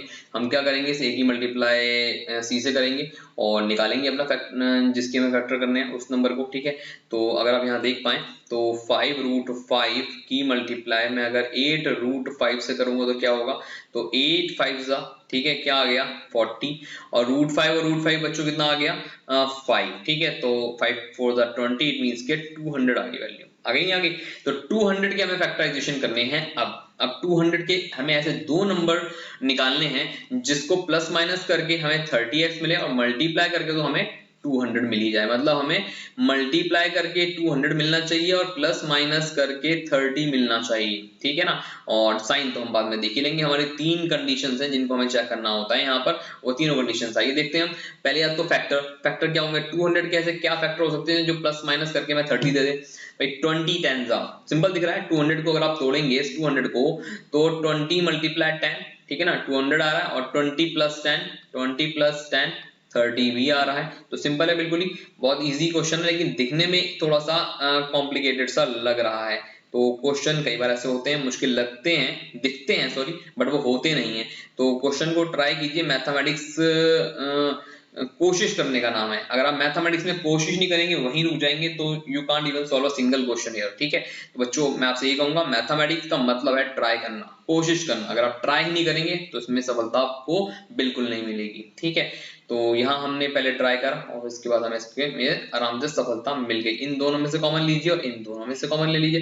देखिए साइन की बात रही तो प्लस प्लस, ठीक है ना, प्लस आ रहा है यहाँ पे, तो इसलिए मैं डायरेक्ट आगे चल रहा हूँ कॉमन लेने के लिए। अब कॉमन अगर मैं लेता हूँ तो क्या मुझे 5√5 और 20 में से कुछ कॉमन आता हुआ दिख रहा है? ये देखिए जरा, यहाँ से हम सिंपली क्या कॉमन ले सकते हैं बताएं। यानी कि 5√5 x² हमें दिया हुआ है और हमें जो दूसरी वैल्यू दी हुई है वो 20 है। इन दोनों में से हमें क्या कॉमन आता हुआ दिख रहा है? सिंपल है, हमें यहाँ पे नॉर्मली अगर आप देखें तो हमें 5 सीधा सीधा कॉमन आता हुआ दिख रहा है, 5x। ठीक है, 5x, यहाँ 5x आ गया, अंदर बच गया √5x और प्लस 4। ठीक है, और इसी तरह से यहाँ से क्या कॉमन लूंगा? देखिए मैं, बताइए इन दोनों में से मुझे क्या कॉमन दिख रहा है? अब देखिए यहाँ √5x आया है। ठीक है, अगर आपने इनसे पहले वाले क्वेश्चन भी देखे हो तो हमें ये जो वैल्यू हमें यहाँ मिली थी, मेरे पास एक सॉल्व है यहाँ, जो वैल्यू हमें यहाँ मिली थी, ठीक है ना, x-15, वही वैल्यू हमें यहाँ मिली है, देख रहे हैं आप। ठीक है, तो कई बार हम इससे भी अंदाजा लगा लेते हैं कि यहाँ पे जो वैल्यू होगी, जो यहाँ वैल्यू होगी वही एज इट इज यहाँ पे भी होगी। तो हम थोड़ा सा इसको इजीली सॉल्व करने के लिए, ताकि हम इसको इजीली सॉल्व कर सकें, हम tan x और प्लस 8√5 में से अगर हम डायरेक्टली निकालने की कुछ कोशिश करें कॉमन, तो हमें नहीं मिलेगा। लेकिन हम यहाँ पे क्योंकि रूट्स वाली वैल्यू दी हुई, तो हमें इसको उसके अकॉर्डिंग सोचना पड़ेगा। तो फिलहाल मैं इसको √5x को एज इट इज लिख रहा हूं और प्लस को, ठीक है, जो वैल्यू यहाँ थी वही वैल्यू मैंने यहाँ नोट डाउन कर दी। ठीक है, अब बताएं, अब मैं बाहर क्या कॉमन ले सकता हूँ? बाहर यानी कि जो मैंने कॉमन लिया होगा तो वो कौन सी वैल्यू होगी जो मैंने बाहर कॉमन ली होगी? देखिए 10 पहले बताइए कैसे आएगा। देखिए अगर मैं √5 की मल्टीप्लाई नहीं करूंगा तब तक तो मुझे 10 मिलने से रहा, तो √5 का 5 तो आ गया, 5 to the 10 तो पता लगा जी 2, तो 2√5 मुझे बाहर लेना था, तो 2√5 की मल्टीप्लाई √5 से करूंगा 10x आ जाएगा, 2√5 की मल्टीप्लाई प्लस 4 से करूंगा तो 8√5 आ जाएगा। सिंपल है ना? लेकिन क्या मुझे ये 2√5 पहले समझ में आ रहा था कॉमन आ रहा है? नहीं, तो इसलिए मैंने यहाँ पर 2√5 जो था वो पहले नहीं लिखा मैंने 2√5। ठीक है ना, पहले मैंने यही वाली वैल्यू एज इट इज पहले यहाँ लिख दी और फिर उसके हिसाब से मैंने इन दोनों में से जो कॉमन आ सकता था बाहर वो ले लिया। ठीक है ना, तो कई बार हमें इसको इस तरह से भी करना होता है, तो अपना लॉजिक लगाइए। मैथमेटिक्स नाम है लॉजिक लगाने का। ठीक है ना, किस तरह से आप उसको जल्दी और इजीली सॉल्व कर सकते हैं, बट एग्जैक्टली, ठीक है ना, ठीक आंसर होना चाहिए। ये नहीं कि लॉजिक लगाया बट आंसर गलत आ रहा है, वो नंबर आपके कटवा सकता है और आपका बेसिक खराब कर सकता है, तो ये बात ध्यान रखनी है। तो फिलहाल अब कॉमन क्या आ रहा है यहाँ से? √5x प्लस 4 ये हमें कॉमन मिल गया और 5x प्लस 2√5, तो ये रहा हमारा, ठीक है ना, फैक्टराइजेशन इसका। तो क्वेश्चन आप देख पाए कि था क्या और किस तरह से इसके फैक्टराइजेशन आ गए, मल्टीपल्स आ गए यहाँ पर इसके। तो आई होप बच्चों ये वाला क्वेश्चन भी आपको इजीली समझ में आया होगा। तो इस तरह से हमने यहाँ पर जो क्वेश्चंस किए हैं बच्चों, ठीक है ना, ये bye splitting the middle terms पे बेस्ड थे। कई सारे मैंने आपको क्वेश्चन करवाए हैं, ठीक है, जिसके अंदर मैंने आपको थोड़ा सा इजीएस्ट लेवल से लेकर मिडिल, थोड़ा सा जो मॉडरेट लेवल का हैवी क्वेश्चन था वो, फिर हैवी लेवल के जो क्वेश्चन थे वो, तो काफी सारे क्वेश्चन आपने किए। मुझे उम्मीद है कि जब इसकी प्रैक्टिस आप घर पे करेंगे, दूसरे क्वेश्चन को सॉल्व करके देखेंगे, तो डेफिनेटली ये वाला कॉन्सेप्ट आपको, यानी factorization by splitting the middle term, बहुत इजीली समझ में आ जाएगा। देखिए प्रैक्टिस मस्ट है, प्रैक्टिस का नाम है मैथमेटिक्स। अगर आप सोच रहे हैं कि मेरी वीडियो या किसी और की वीडियो देखकर आपको समझ में आ जाए, तो ये आपकी गलतफहमी है। जब तक आप खुद सॉल्व करके नहीं देखेंगे तब तक आपको मैथमेटिक्स के क्वेश्चंस ये नहीं आएंगे, ये बात ध्यान रखिएगा। तो चलते हैं अपने थर्ड कॉन्सेप्ट की तरफ, ठीक है ना, जो कि है हमारा बाय यूजिंग आइडेंटिटीज। जी हाँ, ये है हमारा यूजिंग आइडेंटिटीज, यानी कि आइडेंटिटीज का यूज करके। देखिए मैंने यहाँ पे सिर्फ 3 आइडेंटिटीज लिखी हुई हैं नॉर्मली, अगर आप यहाँ देख पा रहे हैं तो 3 आइडेंटिटीज हैं यहाँ लिखी हुई मैंने, बट 3 के अलावा भी और भी होती है। a प्लस बी का होल क्यूब की भी आइडेंटिटी होती है और a माइनस बी के होल क्यूब की भी आइडेंटिटी होती है, a cube plus B cube की भी आइडेंटिटी यहाँ पर यूज की जाती है, या फिर a cube minus B cube की भी आइडेंटिटी यहाँ यूज की जाती है, या a cube plus B cube plus c cube minus 3abc वाली भी आइडेंटिटी यहाँ यूज होती है। तो मेन कॉन्सेप्ट है कि हम किस तरह से फॉर्मूले का यूज करके हम फैक्टराइजेशन कर सकते हैं। तो मैंने एग्जांपल के लिए यहाँ पे 3-4 क्वेश्चन यहाँ पे लिए हुए हैं, आइए इसके फैक्टर करते हैं बाय यूजिंग द आइडेंटिटी, तो ताकि आप समझ पाएं कि किस तरह से इसको हम सॉल्व करते हैं। देखिए यहाँ पे आइडेंटिटी के लिए का यूज करने के लिए मैंने यहाँ पे क्वेश्चन लिया है, ये लाइक दिस, यानी कि फर्स्ट पार्ट है इसका। और आप यहाँ देख पा रहे होंगे यहाँ ए, यानी कि अगर आप देखें तो यहाँ ये और ये दोनों परफेक्ट स्क्वायर बन सकते हैं इजीली, ठीक है, और सब में ही प्लस है। तो आप बताइए कौन सा आइडेंटिटी यूज होगी, ये प्लस वाली या माइनस वाली? ऑब्वियसली प्लस वाली आइडेंटिटी यूज होगी, क्योंकि यहाँ पे देखिए तीनों में प्लस आ रहा है, ठीक है, ठीक। और इसी अकॉर्डिंग अगर आप a माइनस बी के होल स्क्वायर में देखें तो यहाँ माइनस आ रहा है, ठीक है, इस वाली आइडेंटिटी के अंदर। तो ये वाली आइडेंटिटी यूज नहीं होगी, हम इसका यूज करेंगे, बट हम पहले इसको इसके अकॉर्डिंग बनाएंगे। आइए देखें, 9x स्क्वायर को मैं पहले तोड़ रहा हूँ 3x के होल स्क्वायर में, ठीक है, और 16y स्क्वायर को मैं तोड़ रहा हूं 4y के होल स्क्वायर में। मुझे a और b मिल गया स्टूडेंट्स, ठीक है, a का स्क्वायर प्लस b का स्क्वायर। और फॉर्मूला क्या कहता है मेरा? फॉर्मूला मेरा कहता है कि a प्लस b का होल स्क्वायर का फॉर्मूला है जी a का square plus 2ab plus b square. तो मैंने यहाँ पे क्या करा, a का स्क्वायर प्लस b का स्क्वायर प्लस 2, a कितना है मेरे पास बच्चों 3x है, और b कितना है मेरे पास बच्चों 4y है। तो मैंने a और b, ये जो a और b जो लिए हैं वो कहां से लिए मैंने, वो यहां से लिए हैं। आप समझ पाए? इसलिए मैंने इनको पहले मतलब परफेक्ट स्क्वायर बनाया, ठीक। अगर मैं इनको पहले परफेक्ट स्क्वायर नहीं बनाता इन दोनों को, अगर मैंने इन दोनों को पहले परफेक्ट स्क्वायर नहीं बनाया होता बच्चों, तो हमें इसको सॉल्व करना थोड़ा सा मुश्किल हो जाता, ठीक है। तो अब ये किसकी आइडेंटिटी बन गई, a का स्क्वायर, देखिए फॉर्मूला बना a का स्क्वायर और प्लस b का स्क्वायर और प्लस 2ab। समझ पाए आप? किसकी आइडेंटिटी बन गई, a प्लस b के होल स्क्वायर की। और a प्लस b का होल स्क्वायर का फॉर्मूला कैसे लगेगा, यानी कि a मेरे पास 3x और b कितना है मेरे पास 4y और इसका होल स्क्वायर। मैंने यहाँ पे कुछ नहीं किया है, सिर्फ 3x को a मान लिया है, 4y को b मान लिया है, और यहाँ पे 2a और b। अब अंदाजा लगा लीजिए आप कौन सी आइडेंटिटी बन गई, a प्लस b के होल स्क्वायर की, a square plus 2ab plus b square, ठीक है ना, एज इट इज। और उस हिसाब से मैंने अगर इसकी आइडेंटिटी यहाँ लगाई तो a प्लस बी के होल स्क्वायर की आइडेंटिटी यहाँ लग गई। तो आप इस तरह से भी आइडेंटिटी का यूज करके आप यहाँ फैक्टराइजेशन इस तरह से कर सकते हैं। तो आई होप कि आपको ये समझ में आया होगा, ठीक है ना। चलते हैं अपने सेकंड क्वेश्चन की तरफ, जहां पर दूसरी आइडेंटिटी यूज होगी। तो ये रहा बच्चों हमारा सेकंड पार्ट। और सेकंड पार्ट के अंदर भी अगर आप देखें तो यहाँ पहली और लास्ट वैल्यू आपको परफेक्ट स्क्वायर बनाने के लिए मिली है यहाँ, ठीक है। बीच में बस देखिए पूरा क्वेश्चन वही है, बस सिर्फ बीच में यहाँ माइनस आ रहा है, ठीक है। तो हम यहाँ पे उसी हिसाब से आइडेंटिटी का यूज करेंगे। पहले परफेक्ट स्क्वायर बनाते हैं पहली और आखिरी टर्म को, ठीक है। तो यहाँ मैंने पहली और आखिरी टर्म को एक परफेक्ट स्क्वायर बना दिया है, ठीक है, माइनस। तो यहाँ मेरा a और b क्या है अंदाजा लगाइए, ये मेरा a है और ये मेरा b हो गया, ठीक है ना। -2 यहाँ पर फॉर्मूले से लूंगा मैं, और मल्टीप्लाई a और मल्टीप्लाई b, ठीक है।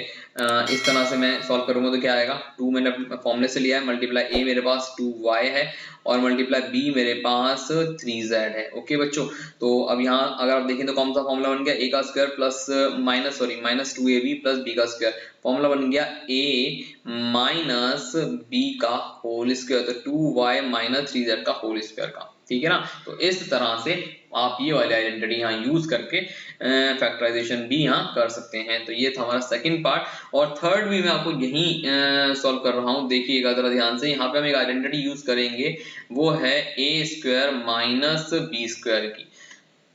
यहाँ पे ये वाली आइडेंटिटी यूज करेंगे, a square minus B square, a plus B और a माइनस बी। अब अंदाजा लगाइए आप, यहाँ देखिए पहले मैं इसको परफेक्ट स्क्वायर बना रहा हूँ, p स्क्वायर माइनस 5q का होल स्क्वायर। तो कुछ बन गई हुई आइडेंटिटी। तो क्या करेंगे, इसको एक बार प्लस कर दीजिए एंड एक बार आप इसको सॉरी p माइनस 5q, ठीक है ना। तो एक बार आपने प्लस किया, एक बार आपने माइनस कर दिया, सिंपल। तो ये दो मल्टीपल आ गए। तो इस तरह से हम इस तरह से भी इसके कुछ फैक्टर कर सकते हैं। इसमें से इसी का कुछ और भी आपको मैंने एक पार्ट और दिया हुआ है, वो भी थर्ड के अंदर ही बता दूं मैं, कि एक्स क्यूब माइनस एक्स, ठीक है, ये भी दिया हुआ है। तो यहाँ पे कुछ नहीं होना है, सिंपल पहले आप x कॉमन ले लीजिए। यहाँ से क्या बन गया, देखिए एक्स स्क्वायर माइनस 1, ठीक है। अब इसको कैसे सॉल्व कर सकते हैं, यहाँ एक बार माइनस कर लीजिए और एक बार प्लस कर लीजिए, बिल्कुल सिंपल, 3 फैक्टर आ गए इसके, ये रहे, ठीक है ना। तो आप इस तरह से इसको ले सकते हैं। एक और छोटा सा क्वेश्चन यहाँ दिख रहा है मुझे, यहाँ पर मैं इसको सॉल्व करने के लिए थोड़ा सा स्पेस बनाता हूँ यहाँ पर। देखिएगा ध्यान से, ये भी अच्छा क्वेश्चन है और कई बार हाई लेवल में भी क्वेश्चन पूछा गया है और इंपॉर्टेंट है, इस टाइप पे भी क्वेश्चन पूछ लिया जाता है कई बार। तो ये देखिए x की पावर 4 माइनस 1, अच्छा ये होना इस वाली आइडेंटिटी से, ये बट कैसे होगा आइए देखते हैं। पहले मैंने x स्क्वायर का स्क्वायर करा, ठीक है ना, और -1 का स्क्वायर करा। तो a का स्क्वायर माइनस b का स्क्वायर फॉर्मूला क्या होगा, एक बार प्लस, ठीक है, और एक बार माइनस, ठीक है। प्लस वाली आइडेंटिटी, प्लस वाला तो बिल्कुल वैसे का एज इट इज रहेगा, x square plus one, but मैं एक्स स्क्वायर माइनस वन को अगेन तोड़ सकता हूँ, क्या, एक्स माइनस वन और एक्स प्लस वन। कैसे? क्योंकि वन का स्क्वायर भी तो हो सकता है ना यहाँ पर, ठीक है। तो ए स्क्वायर माइनस बी स्क्वायर, मैंने इसमें अगेन आइडेंटिटी को यूज लगा दी, तो ए माइनस बी ए प्लस बी, तो इसके 3 फैक्टर आ गए यहाँ पर। देख पाए आप यहाँ पे कुछ? तो इस तरह से भी कई बार क्वेश्चन हम यहाँ इस तरह से फैक्टराइजेशन निकालते हैं। तो बाय यूजिंग आइडेंटिटीज कैसे क्वेश्चन होता है बच्चों, यहाँ पर आप समझ गए होंगे मेरे ख्याल से, ठीक है ना। तो 3 तरह से आपने फैक्टराइजेशन यहाँ सीखा कि किस तरह से हम 3 तरह से फैक्टराइजेशन यहाँ पर करते हैं। तो आई होप बच्चों यहाँ पर आपको क्लियर हुआ होगा जो मैंने आपको यहाँ समझाया। चलते हैं अपने नेक्स्ट मेथड की तरफ, ठीक है, जो कि है मेनली बाय फैक्टर थ्योरम, ठीक है। हम फैक्टराइजेशन कई बार फैक्टर थ्योरम से भी करते हैं, और फैक्टर थ्योरम बहुत इजी है, 9th क्लास का कॉन्सेप्ट है। आइए देखें इसको। तो फैक्टर थ्योरम के अकॉर्डिंग क्या, किस तरह से हम फैक्टराइजेशन करते हैं, आइए देखिए। फैक्टर थ्योरम कहते हैं कि मान लेते हैं कि px जो है कोई पॉलिनोमियल है यहाँ हमारे पास, और इस px पॉलिनोमियल जो है हमारे पास दिया हुआ, वो डिग्री इक्वल टू या ग्रेटर देन 1 होना चाहिए, ठीक है ना। यानी कि जो 1 है, यानी डिग्री 1 या 1 से ऊपर का मतलब यहाँ ये हो गया, या तो कोई लीनियर पॉलिनोमियल हो या उससे ऊपर हो, ठीक है ना। डिग्री ग्रेटर देन या इक्वल टू 1, समझ पाया आप मेरी बात। इक्वल टू 1 का मतलब लीनियर पॉलिनोमियल हो गया, क्योंकि डिग्री 1 कहाँ होगी, जहां ax प्लस b की फॉर्म होगी, ठीक है, और यहाँ पे डिग्री 1 ही होगी, ठीक है। इसके अलावा ऊपर चले जाइए, क्वाड्रेटिक आ गया, उसके ऊपर चले जाइए, क्यूबिक आ गया, तो इस मतलब इससे नीचे नहीं चलेगा, जहाँ पे मतलब अगर हम कहें कोई कांस्टेंट पॉलिनोमियल दिया हुआ है तो उसके लिए फैक्टर थ्योरम अप्लाई बिल्कुल नहीं होगी।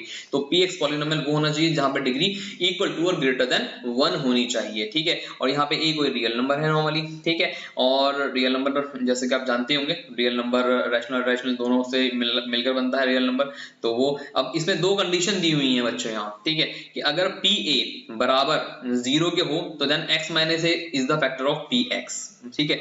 मतलब यहाँ पर क्या हुआ कि अगर आप x माइनस a को 0 के बराबर रखते हैं तो x की जगह पे आप a रख सकते हैं। तो अगर आपने ये a, यहाँ पे जो a आया x की जगह, तो यहाँ px की जगह आप pa बराबर 0 करते हैं यहाँ पर, तो x माइनस a, ठीक है ना, यानी कि pa बराबर 0 आ जाता है, तो वो हमेशा x minus a factor pa, यानी कि x माइनस a जो है वो px का फैक्टर कहलाएगा। और दूसरा पार्ट है यहाँ पर, अगर x माइनस a फैक्टर दिया हुआ है तो pa बराबर 0 के ही होगा। तो यहाँ 2 कंडीशन फैक्टर थ्योरम के लिए अप्लाई की जाती है कि pa अगर 0 के बराबर आ जाता है तो x माइनस a फैक्टर होगा px का, ठीक है, जो कि हमारी पहली कंडीशन है। और दूसरी कंडीशन कहता है अगर x minus a factor already दिया हुआ हो तो अंडरस्टूड है कि pa बराबर 0 के होगा ही होगा, ठीक है। तो आइए इसको समझने के लिए हम थोड़ा सा यहाँ नीचे कुछ एक क्वेश्चंस को देखते हैं ताकि आप समझ पाए। यहाँ मैं पहले फर्स्ट पार्ट ले रहा हूँ, ठीक है, फर्स्ट पार्ट से समझाता हूँ। कह रहा है x प्लस 2 इसका फैक्टर है, ये शो करो, ठीक है। तो मैंने मान लिया यहाँ पर कि लेट फर्स्ट पार्ट के अंदर कि जो मेरा px है, ठीक है, ये पॉलिनोमियल यानी कि फंक्शन ऑफ x, ठीक है, वो मुझे x की पावर 5 प्लस 32 दिया हुआ है, ठीक है। अब यहाँ पे मेरी जो 2 कंडीशन है वो आप यहाँ देख पा रहे होंगे, दोनों कंडीशन, ठीक है। पहली कंडीशन ये रही, दूसरी कंडीशन ये रही, बट पहली कंडीशन देखिए, पहली कंडीशन जो है दूसरे की बिल्कुल रिवर्स है, अपोजिट है। पहले में दिया हुआ कि अगर pa बराबर 0 के हो, ठीक है, तो x माइनस a फैक्टर होगा px का, और अगर x माइनस a क्वेश्चन के अंदर ऑलरेडी आपको फैक्टर दिया हुआ हो तो pa तो बराबर 0 के होगा ही होगा। आप समझ गए ना मेरी बात। तो यहाँ पे दोनों कंडीशन एक दूसरे के रिवर्स दी हुई है, मतलब एक बात को रिवर्स ऑर्डर में आपको समझाया गया है, ठीक है ना, बताया गया है। तो यहाँ वही बात यहाँ पे बता रहा हूँ मैं आपको। है कंडीशन, देखिए 2 अलग अलग कंडीशन नहीं है, ये है तो एक ही कंडीशन, बट एक को ही 2 अलग अलग तरीके से बताया गया यहाँ पर, बस रिवर्स करके, ठीक है। तो ये हमारी फैक्टर थ्योरम यहाँ पर कहती है। तो आइए फैक्टर थ्योरम के अकॉर्डिंग यहाँ पे देखें क्या कह रहा है। फैक्टर थ्योरम के अकॉर्डिंग यहाँ पर ये कह रहा है कि अगर x यहाँ पे pa बराबर 0 रख दूं मैं, ठीक है, देखिए pa का मतलब यहाँ पर क्या आ जाता है समझिएगा। मैं यहाँ पर इसको सॉल्व करने के लिए फैक्टर थ्योरम से पहले x प्लस 2 को मैं 0 के बराबर रख रहा हूँ, तो x की वैल्यू कितनी आ गई, -2। तो अब अगर px बराबर ये मुझे इसका फैक्टर यानी कि x प्लस 2 को अगर मुझे इसका फैक्टर प्रूव करना है, px का फैक्टर प्रूव करना है, तो अब x की वैल्यू जहां जहां x भी है मैं वहां पर अगर -2 रख दूं, यानी कि px के अंदर x की वैल्यू -2 पुट कर दूं, तो वो 0 के बराबर अगर आ जाता तो ये फैक्टर साबित हो जाएगा। आप समझे मेरी बात को।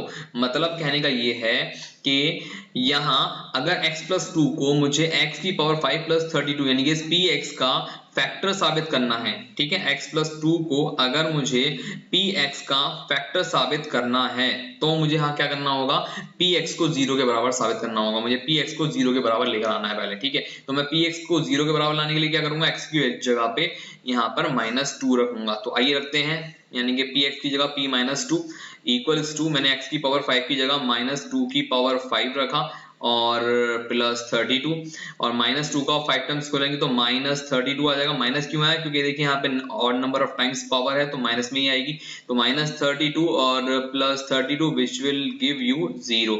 तो पता लगा कि p - 2 आपको 0 मिल रहा है यहाँ पे। तो अंडरस्टूड है जी हाँ, इसलिए यहाँ कह सकते हैं कि x + 2 is a factor of px। जी हाँ, यहाँ पे px का फैक्टर है और सेम एज इट इज इसी तरह से आप इसके भी फैक्टर निकाल सकते हैं। तो अब हम चलते हैं अपने नेक्स्ट क्वेश्चन की तरफ और देखते हैं सेकंड पॉइंट इसका। तो ये रहा बच्चों हमारा सेकंड क्वेश्चन। यहाँ कह रहा है कि हमें यहाँ पे x² - 5x + 6 का x - 2 हमें एक फैक्टर साबित करना है। मतलब हमें x - 2 को px का फैक्टर साबित करना है, ठीक है। और वो करने के लिए हमें क्या करना होगा, px को 0 के बराबर लाना है। लेकिन कब, जब मैं p की यानी कि x की जगह पे 2 रखूं तो p2 को मैं 0 के बराबर वो करूंगा यहाँ पर। तो आइए देखें, सबसे पहले मुझे इसको प्रूव करने के लिए x - 2 को 0 के बराबर रखना है। तो x की वैल्यू क्या आ गई, 2 आ गई। तो अब मुझे यहाँ पर p2 की वैल्यू पुट करनी है। तो 2 का स्क्वायर -5 2, यानी कि जहां जहां x था मैंने वहां पर क्या करा, 2 रख दिया। तो 2 × 2 = 4, 5 × 2 = 10 प्लस 6, यहाँ 6 और 4 10, ये सारे एक दूसरे से कट गए, आंसर आ गया 0। तो पता लगा जी p2 बराबर 0 आ गया। तो आप यहाँ कह सकते हैं, इसलिए बाय फैक्टर थ्योरम, ठीक है, by factor theorem x - 2 is a factor of px। तो आप समझ पाए मेरी बात, बिल्कुल सेम इसी तरीके से थर्ड क्वेश्चन भी होगा, इसे ट्राई कीजिए और सॉल्व कीजिए। इसी तरह पे बेस्ड ये 9th स्टैंडर्ड का बेसिक कॉन्सेप्ट है फैक्टर थ्योरम। एनसीईआरटी में भी इसके कई सारे क्वेश्चन 9th स्टैंडर्ड में दिए हुए हैं, बाकी और दूसरे लेवल पे तो है ही। तो कहने का पर्पस ये है बच्चों कि यहाँ आपको जो मैंने कॉन्सेप्ट करवाया है आज, ठीक है, ये अलग अलग यहाँ पे अपने फैक्टर थ्योरम के जरिए फैक्टराइजेशन देखा, बाय यूजिंग आइडेंटिटीज आपने फैक्टराइजेशन देखा, और bye splitting the middle term आपने यहाँ पर फैक्टराइजेशन देखा, और first one is by taking out the common factor आपने यहाँ पर फैक्टराइजेशन देखा है। तो आई होप कि आपको फैक्टराइजेशन का कॉन्सेप्ट यहाँ पे अच्छे से क्लियर हुआ होगा और इन चारों मेथड से आपको फैक्टराइजेशन करना आ गया होगा। इसके और क्वेश्चंस अपनी बुक्स में से या जो आपके पास भी बुक्स अवेलेबल हो, ठीक है ना, जो भी आपका कोर्स सिलेबस हो, वैसे तो ज्यादातर जगहों पे फैक्टराइजेशन का कॉन्सेप्ट पूछा जाता है। एसएससी और सरकारी एग्जाम्स के से रिलेटेड जो एग्जाम्स होते हैं, कुछ सरकारी पोस्ट से रिलेटेड जो एग्जाम्स होते हैं उनमें भी ये पूछा जाता है। तो बहुत इंपॉर्टेंट कॉन्सेप्ट है ये फैक्टराइजेशन, तो उनके लिए भी काफी इंपॉर्टेंट है। तो ये फैक्टराइजेशन के आप क्वेश्चन घर पर ट्राई कीजिए, ठीक है ना। और ये 4 तरीके हैं फैक्टराइजेशन पर बेस्ड। तो आई होप बच्चों कि आपको ये पूरा फैक्टराइजेशन इन क्या होता है, इसके मेथड्स क्या होते हैं, इनके जो क्वेश्चन मैंने आपको करवाए वो समझ में आए होंगे। और इसी तरह की और वीडियोस को देखने के लिए मेरे चैनल पे बने रहिए, इस चैनल को सब्सक्राइब कीजिए, वीडियो को शेयर कीजिए, हो सके तो लाइक भी कीजिए। और अपनी अगली वीडियो तक के लिए मैं आपसे अलविदा कहता हूँ और मिलता हूँ अपनी नेक्स्ट वीडियो में। और थैंक यू सो मच बच्चों for watching me till the end.